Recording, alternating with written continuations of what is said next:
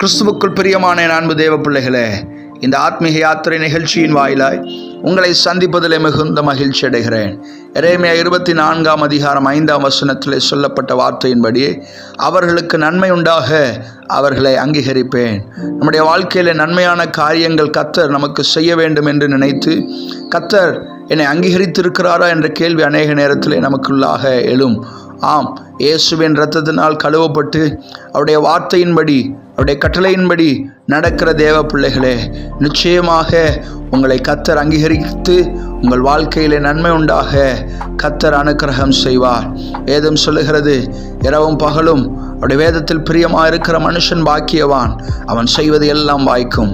நீங்கள் செய்வதெல்லாம் வாய்க்க பண்ணி உங்களுக்கு நன்மை உண்டாக கர்த்தர் இந்த நாளிலே உங்களுடைய வாழ்க்கையை அங்கீகரித்து பெரிய காரியத்தை அதிசயங்களை காண செய்வாராக. கண்களை மூடி நாம் ஜெபிக்கலாம்.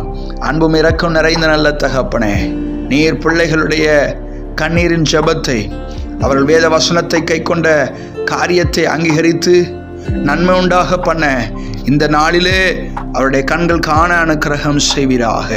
இயேசு கிறிஸ்துவின் நாமத்தில் தாழ்மையோடு ஜெபிக்கிறோம் ஜீவனுள்ள நல்ல பிதாவே, ஆமென். God bless you. கர்த்தர் உங்களை ஆசீர்வதிப்பாராக. ஆமென்.